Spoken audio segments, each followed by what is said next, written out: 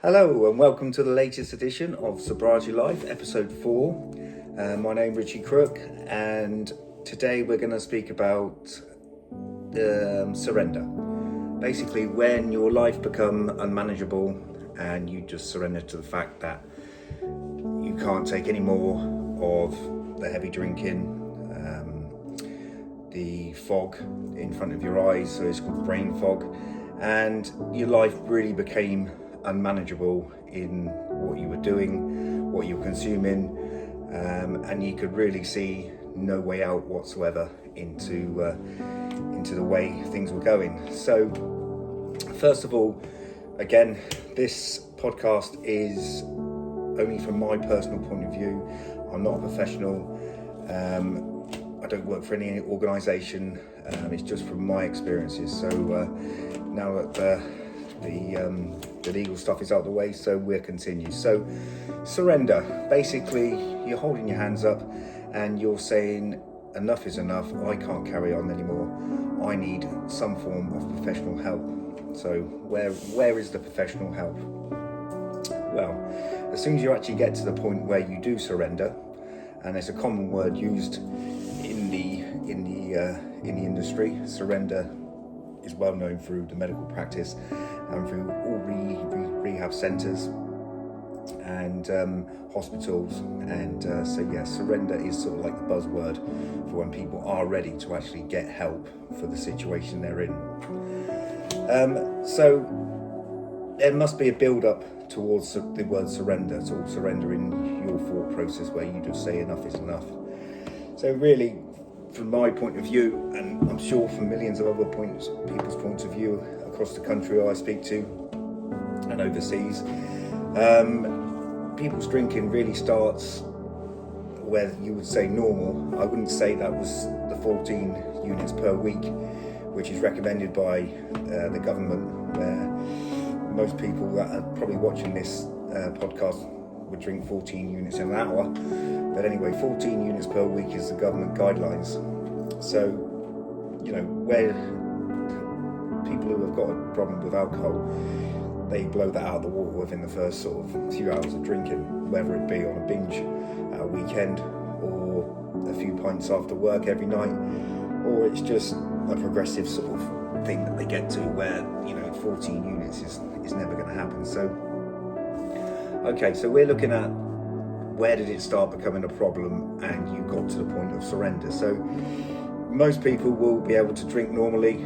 They might go to the pub on a Friday, have a few beers and relax from the heavy week or the hard week they've had, which is great. I think that's fantastic because they can control their drinking. They might wake up with a hangover on a Saturday morning, may well deal with their hangover. Probably 99% of people will deal with their hangover and it won't carry on. But people who have got alcohol disorder problems, excuse the French, they will eventually, them Friday evenings at the pub in the nice sunshine and enjoying a cider or whatever they're drinking, will go into a Saturday where they may wake up feeling really, really rough,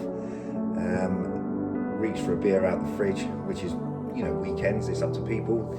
That's some people, that's normal, where they would just have a few drinks to try and sort of get, a hair of the dog to get rid of the hangover. And that's fine. I mean, people can handle that, and then they just go back to bed in the evening time. Saturday would have been written off, and then the evening time they would go to bed and wake up Sunday feeling a hell of a lot better than they did Saturday. So that can be sort of like some things. If someone goes to a party on a Friday evening, or the normal session with the lads on a Friday, that's how they'll deal with their sort of the drink intake on a Friday will be that sort of formula. On a Saturday, then Sunday they'll wake up normal and won't drink. However, as the years or the days or the months progress, people sometimes can't deal with that on a Saturday, so then it sort of progresses into sort of all day drinking Saturday to get over your Friday, and then it can progress into all day drinking Sunday to get over your Friday and your Saturday. And then there's still, you can see there's sort of like habits forming there.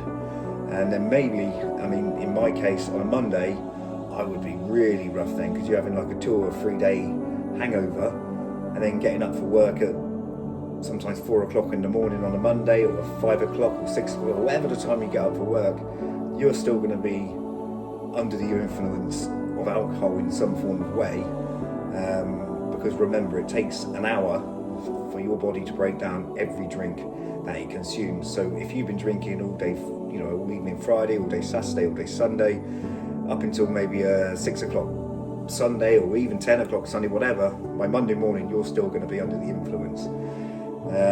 So you're going to be in a bit of a pickle Monday, and no doubt you're not going to be able to perform at work, school, college, So that's how it sort of progresses, and then you can see there's trends happening. You start feeling like you're not thinking straight. They call that brain fog. So you're not thinking straight. You're not sleeping properly, because alcohol really does affect your sleep. So you never sleep properly with alcohol. I don't know if it's the same to you guys, but when you try and sleep at night time under the influence of alcohol, you're not really sleeping. You don't have a deep sleep, and you wake up tired. And again, that's part of the hangover, is feeling tired.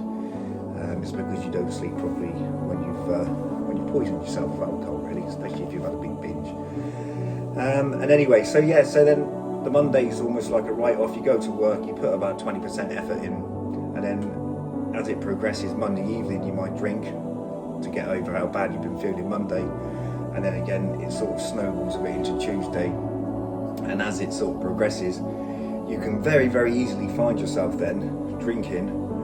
That Friday night drink has turned into a Monday, and then a Tuesday, and then possibly a Wednesday, and then you can and then a lot of people will stop and think, I am drinking too much, I am seriously drinking too much. But it's almost like a habit, because you formed a habit or a routine where your body loves a routine, so your body is then sort of almost dependent on it already in this sort of early stage.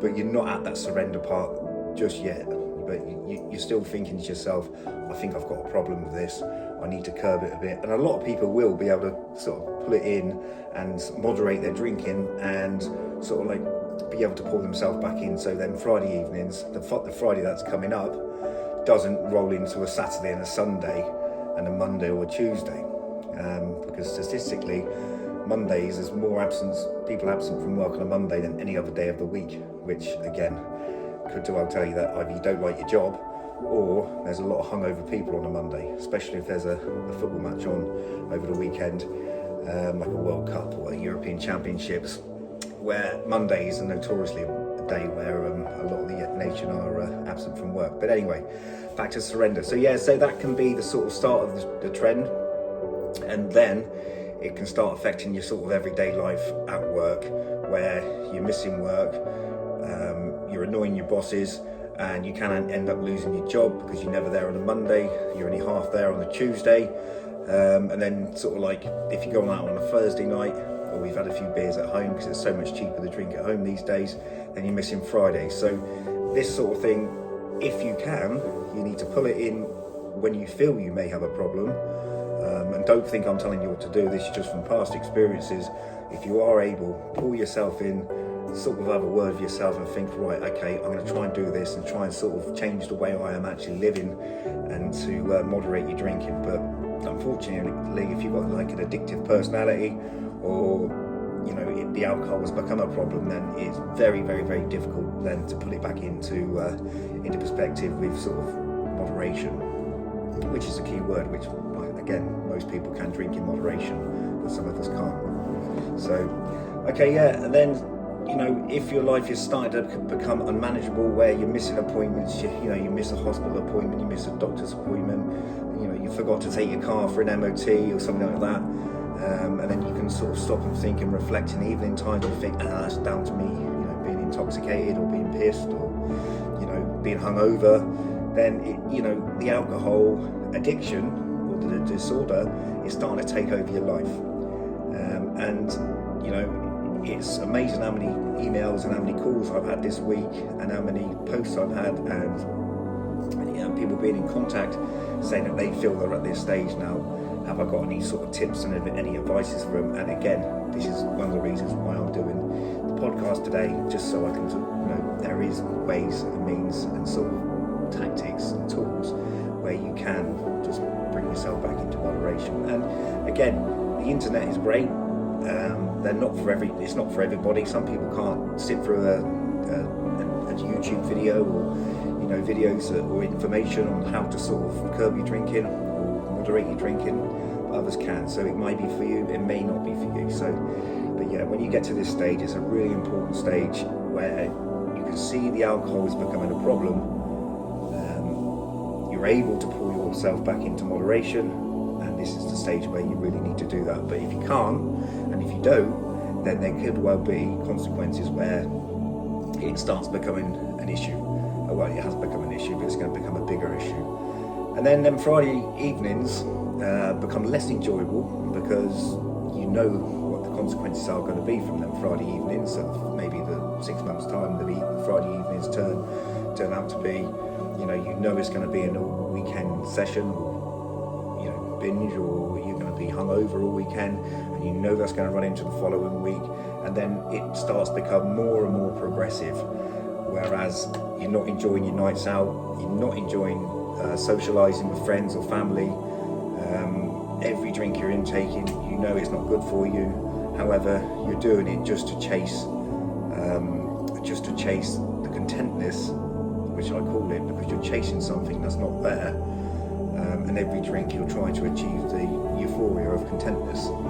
So basically you're trying to feel good, because some of you people who drink in moderation or low drinkers, once you have 1 or 2 drinks to unwind after a busy week at work, you get a sense of euphoria and sort of really happiness, and talking more than you normally talk, and having a great time, and you wake up on a Saturday morning a little bit fuzzy headed, but you've had a really good time. You speak to the girls, or you speak to the boys, your mates, and you say, oh, that was a cracking night last night, yeah, I really enjoyed that, we got to do it again. That's normal. But once you progress into the cycle of drinking and drinking and drinking, and the drink then starts taking over your life, then you don't enjoy the nights out, or you don't enjoy the social events, the parties, or even the gatherings around your house for a barbecue. You don't enjoy them as much or at all, because you know that you're not getting that sense.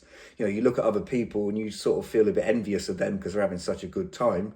However, you have to look into their shoes and think, well, they're drinking in moderation, and this is the first drink they've had all week, and you've probably had 5 days of heavy drinking, so this is just another day for you to fill yourself up with ethanol, which is, again, like I said in the previous episode, is a poison. So really your body is just being poisoned by a mass intake of alcohol, which is going to be no good for you going forward. And you probably at this stage, that, and you're in a situation, and you think you can't get out of this situation, and every day you wake up, you're feeling worse and worse and worse. So you feel like you're stuck between a rock and a hard place, or you're backed into a corner.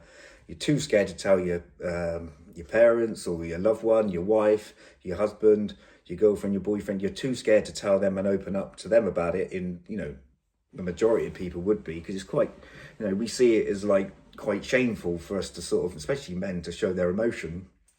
But at this stage, you really, really, really need to get some help. If you go to your doctor, I said in the previous episode that doctors, they have a set of guidelines they have to follow. And unfortunately, they're not great at giving out, number one, medication. They're not allowed to give out medication, benzos, Librium. They're not allowed to give them out anymore. They used to be allowed, but they're not anymore. And what they will do is they will tell you, they will tell you to contact your local drug and alcohol services, whereas you have to go and contact them and tell them you have a problem. You'll probably get a letter back within 2 months. By that time, you could be anywhere. You could, there's a lot of scenarios you could be in 2 months of heavy drinking, and it's snowballing out of control.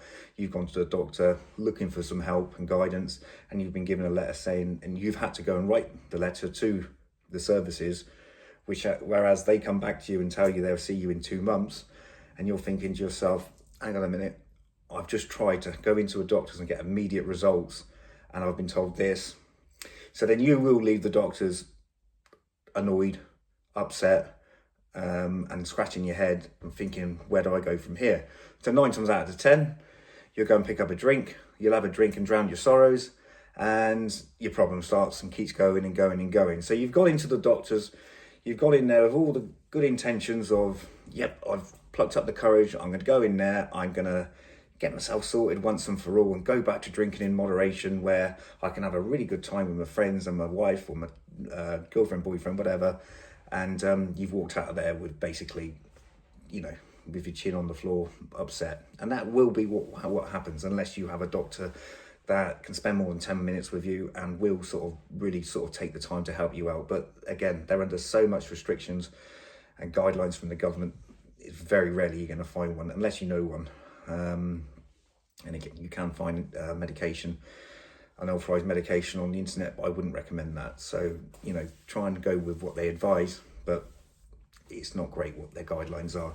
So anyway, by this time you've walked out the doctors, you're upset, you've gone back drinking again. You're probably in a position where you may have lost your job, you may not have lost your job. Hopefully you haven't. You're doing silly things when you're out. You may get yourself into trouble. You may not. Let's hope not. But the alcohol intake is becoming now more and more and more and more frequently, which is something that this is just a normal cycle for what happens. And then by this time you have got a alcohol disorder. You are an alcoholic. And the word alcoholic, nobody likes to say it. We all have this stereotypical view on alcoholics. People laying on park bench, asleep after a day, then you see them rise with a brown paper bag in their hand, have a good guzzle of whatever the hell they're drinking, a Frosty Jack or some other potion that they found somewhere, and then they pass out again. That's people all pushing a shopping trolley with their belongings in. That's what normal people, a lot of people, even my day, we would think an alcoholic was that was that stereotypical view of an alcoholic. But you would be very, very surprised how many people who are alcoholics and have surrendered to alcohol itself. It doesn't matter if you're rich, poor, if you're the owner of a stately home and have titles over your name, or you're living on benefits and have children and just keeping your head above the parapet. It doesn't discriminate against anybody. It can take you at any time. And alcohol addiction will not be happy until it makes you stop breathing. It will not be happy until it kills you. So, when you get to that surrender stage where you hold your hands up and physically say, I cannot take this anymore. My life has become unbearable and I cannot manage my life anymore without professional help. So this is when you really need to seek, alternative solutions. So by this time then you become an alcoholic and you're seriously sick by this time. You're probably being sick a lot in the mornings. And basically you will be drinking during the day. It may not be a lot to start with, but you will be drinking a certain amount of alcohol just to make you feel normal. And when I say normal, I mean you will still be chasing the euphoria and the contentness. You're looking for that all the time, but you will be drinking more and more and more and more, and it will take more drinks and more drinks and more drinks to even get a micromillimeter near that feeling. And by that time, you've drunk too much, so you may black out, or you may go and put yourself to bed, or some people may get violent. I don't know. I've never done that. But other people may, just become sleepy and go to sleep, and then they wake up the next morning, sometimes very, very early, because remember, they're not sleeping, or you're not sleeping, or I'm not sleeping, and then they start the whole process again. So the minute people wake up, if they're really suffering from sort of latter stage alcohol abuse, then they will open their eyes and they will need, and this is the body craving for an alcoholic drink, and the whole process will start again the following day.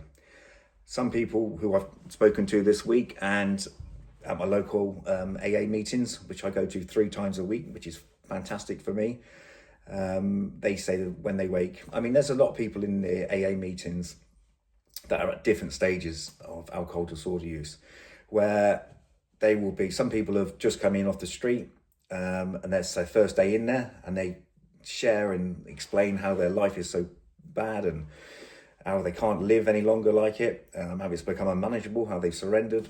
And I think that's great that, there's a sort of broad horizon of people that have just walked through the door and people that have been in there 40 years. And the people that have been in there 40 years still treat the person that's just come off the street on the first day exactly the same as everybody else in the group. So there's no prejudice, there's no There's no people looking down on these people, or you or me, and yeah, then that's the reason why I sort of use the AA a few times a week or whenever I need it. Just drop in there for an hour or an hour and a half, and there's always an AA meeting in your local town, and or the town next door, and then yeah, use that, and it just enhances your knowledge, and you're able to share, and it puts you on a program of recovery if you work it. So anyway, going back to the the advanced alcoholism.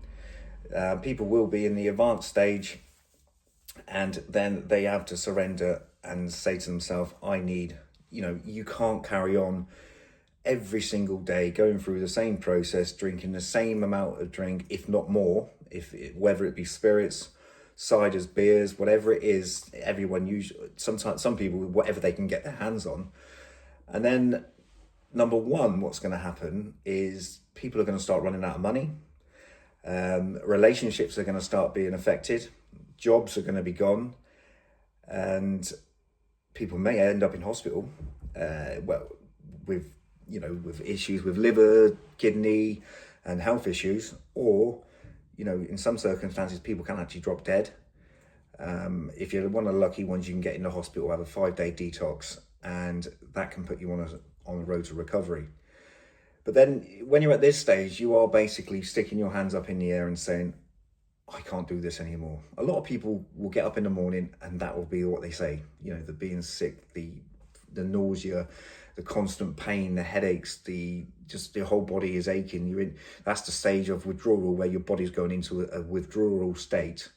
So then it's just everything is just going into sort of shutdown mode. So then the only thing to make you come out of withdrawal is to have a drink, and then your process of a 24-hour period is going to start the same again. So at this stage, you are almost are at the surrender stage. So from a personal point of view, you just have to, this is when loved ones usually step in, and because remember, you've got so much brain fog and you're not thinking straight and nothing's going on in your head you want it to go on, and you can't see past the hand in front of you. Believe me, you are a complete pain at home or wherever you are. You're not your normal self. The alcohol now has taken over you and basically turned you into someone completely different. So at this stage, from a personal point of view, you hold your hands up, or you hold your head and you say, I can't take this anymore. And you can't take it anymore, I surrender. And then this is a stage where now you need serious professional help very, very quickly. That will be either a home detox, where you have a home detox and try and use your, the local authorities to come in and administer drugs. The person has to be close by you for, I think it's 5 to 7 days, depending on how much use and what kind of alcohol intake you've had. And at this stage, there could be a controlled home detox, but that will cost around about £1,000 in the medication, because it's very, very expensive. Or you can have a residential stay, which is what I had in my case, where you can go away to a treatment centre, private. The NHS, you've got no chance of getting on an NHS treatment centre. Well, you probably have, but you might be waiting 2 years to get on it, in which time you may be dead. And that's fact.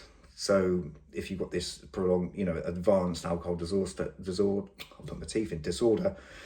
then you could possibly be dead if you've got to wait that long. So you can pay yourself to go in a residential place, anything ranging from 2 weeks to 3 months.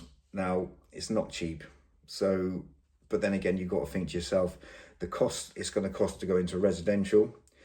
Say you went into a residential for 4 weeks, which is quite a good time to go into a residential to get yourself completely, not just clear of the alcohol intake, actually clearing your mind and recovering your body, because your body's taken a hell of a lot of trauma over the last maybe 6 months, say 6 months. Your body has been traumatized by alcohol, whereas it's been poisoned every day by alcohol. So now you need to get your body in good shape before you go back out into the real world and start picking up their life and sort of making amends for the mistakes you've made for the past 6 months. So a month in a residential, it's going to cost around about 10 grand. Now, a lot of people say they haven't got 10 grand, but if it means your life, then most people can find that kind of funding. You know, there's always someone you can ring up and get a loan or get some help. You know, parents, whatever. But that's probably the best thing you can do, and it's the best. A lot of people I speak to and contact me say it's the best decision they ever made in their lives. So there's residential, or you've got the hospital detox. Now the hospital, I'm told by professionals that the hospital now have got a policy where they will not accept alcohol disorder patients if they walk in off the street. So if you're a walk-in patient and say, I'm suffering from alcohol abuse, I'm an alcoholic, I need help, can I have a 5-day detox or can I have some medication? They're going to keep you in there, put you on a drip for say 4 hours. I think they keep you in there for, they do a blood test, and providing the blood test come back in a range where they're relatively normal, they're going to kick you out the door within 4 hours after giving you a drip to rehydrate you. And then you're still walking out the hospital, knocked off like you were at the doctor's, albeit you're feeling a bit bad because you've been rehydrated. You're still going to go and pick up again because you're not getting the help you need. And then you've gone back around in circles again. And then you're still chasing up the drug and alcohol disorder unit where you've wrote to and still waiting for a reply. So the hospital, trying to admit yourself into a hospital will not work, and that's a fact, unless you're very, very, very lucky. And the only way you will get into a hospital for an alcohol detox nowadays, and don't quote me on this, but this is what I'm told by professionals, is if you arrive in the back of an ambulance. My reply to the hospital last time I was there, well, do you want me to go and jump in front of an ambulance outside then so it runs me over so he can put me in? And they both the nurses laughed and said, if that's the only way, that's the only way, which I thought was quite funny. So if you're at home and you have a fall, or if you collapse, or if you pass out at home and hit your head and your wife or your husband calls the ambulance, then they will take you in and they will give you the 5-day detox, and you will leave that place in 5 days detoxed, but you won't have the professional help to train your mind for the recovery process at home. So in my opinion, the alcohol treatment centre, the residential, is the best way forward if you are at that prolonged stage. And then after residential, join your local, I say join, you just walk into your local AA, be very open-minded about it, and then use the AA. I was to do a 12-step, put my teeth in again, bloody hell. So you either walk into an AA and do a 12-step program under a sponsor, where you get a sponsor and they will take you through the steps. That didn't work for me. Unfortunately, it doesn't work for me and my previous sponsor. So what I do now is I use the AA as a meeting place for fellow people suffering with alcohol disorder, and we chat and I listen to shares and I share myself, and it's brought out a lot of confidence in me, and it helps me stay sober and helps me stay positive and it helps me stay on the straight and narrows. So that's my recommendation. It can work differently for everybody else. I'm not recommending it, but you can get yourself medication from the internet, from reputable places. But unless you really, really know what you're doing, I wouldn't recommend that at all. So that's really what I've discussed and touched upon surrender today, where your life has become unmanageable and you're unable to live a normal life because of alcohol disorder and alcoholism. So it's basically taking control of your life. You can't function properly and you can't live your life properly because you're under the influence of alcohol and it's taken over your life. So that's the word surrender. So I hope you've liked the video today. I'm sorry if I bored many people, but I'm touching on a subject every single time I do a podcast, and that was podcast number 4. Please hit like if it was of any interest to you, and please subscribe to sobrietylife.org. Subscribe to YouTube, subscribe to TikTok, and give me some likes and give me some followers. And I'm even going to get some t-shirts made up. So if you see me about and you see Sobriety Life by Richie Crook, then just give me a shout or give me a thumbs up. So I'll leave it for now, and thank you very much for listening and watching. Thanks.